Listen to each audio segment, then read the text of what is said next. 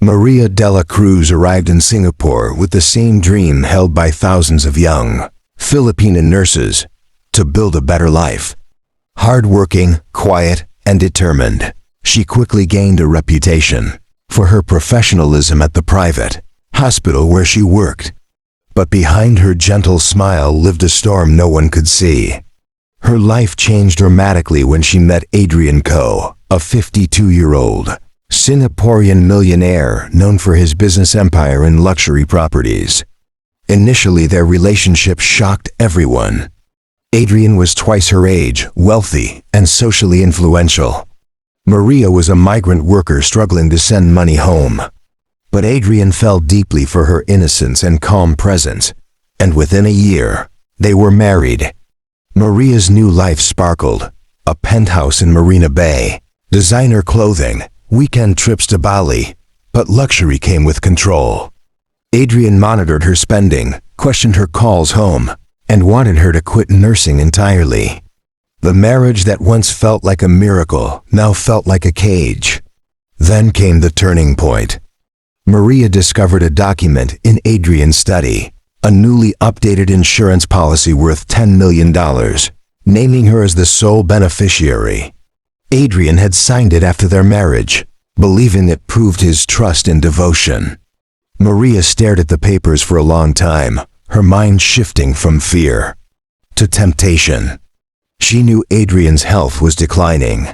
He relied heavily on medication she understood better than anyone.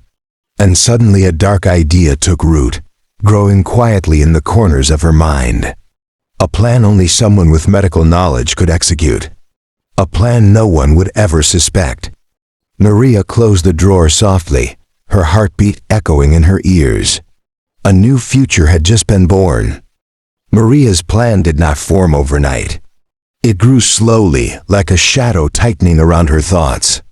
She knew that if she made even a single mistake, everything would collapse. Adrian was a powerful man with lawyers, business partners, and staff who monitored every detail of his life. That meant Maria had to be smarter, quieter, and colder than she had ever been. She started observing Adrian's routine more closely. What time he took his medication, when he napped, when he drank. He trusted her completely sometimes, even more than the doctors. He would joke, "If anyone can save me, it's you." Maria forced a smile, pretending she could still feel affection.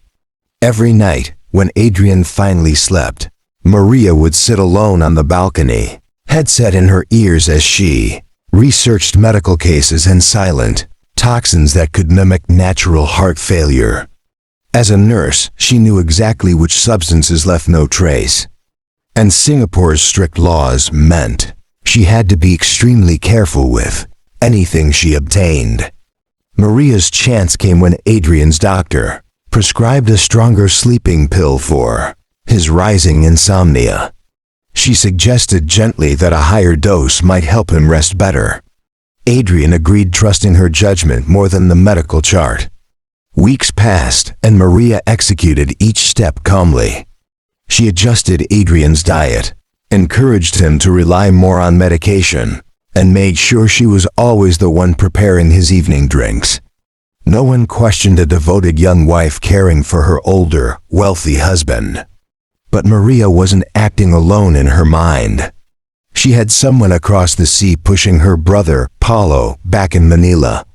He often called begging for money, telling stories of debt, danger, and threats. Whether these stories were real or not, Maria didn't know.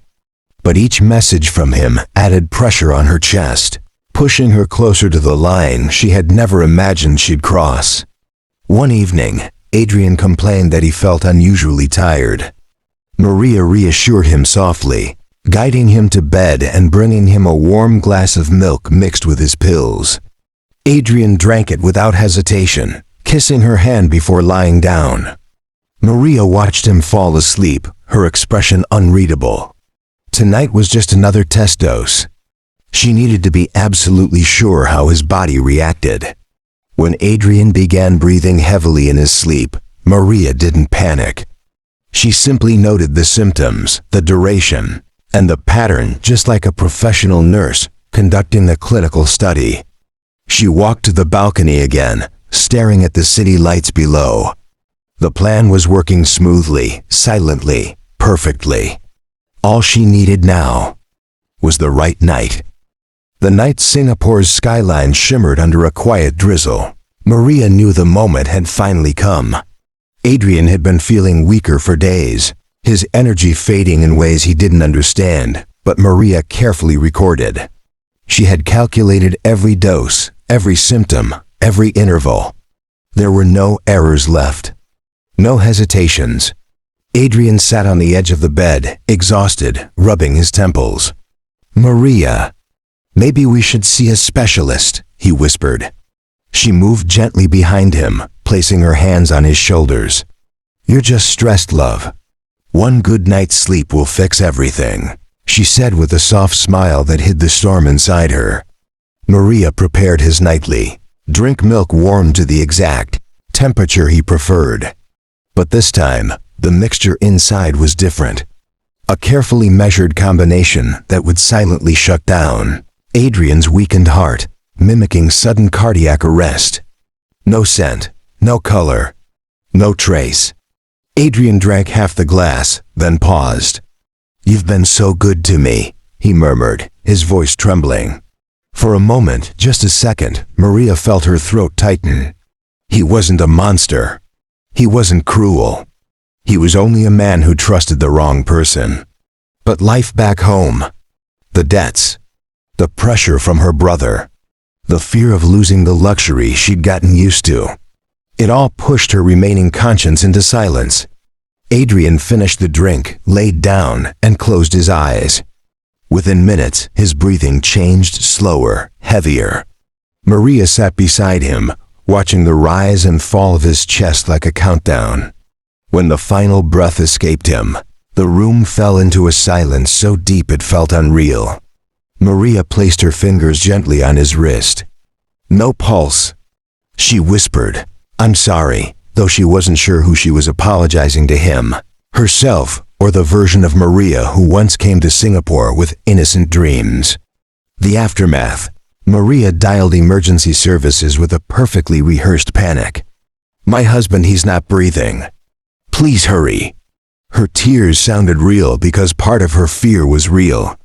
Everything looked clean. Everything looked natural. They interviewed hospital pharmacists, checked CCTV footage from the night of his death, and uncovered inconsistencies in Maria's statements. The final blow came when investigators retrieved deleted messages between Maria and her brother discussing pressure, money, and the problem that needs to end. Maria was arrested 2 weeks after the funeral. As officers escorted her out of the penthouse, she looked once more at the city that had promised her a new life. In chasing wealth, she had destroyed the very freedom she came searching for. Epilogue. Sitting alone in a cold interrogation room, Maria finally realized that the cage she thought she was escaping was the one she had built for herself. The $10 million she risked everything for would never be hers. But the consequences of her choices would follow her for the rest of her life.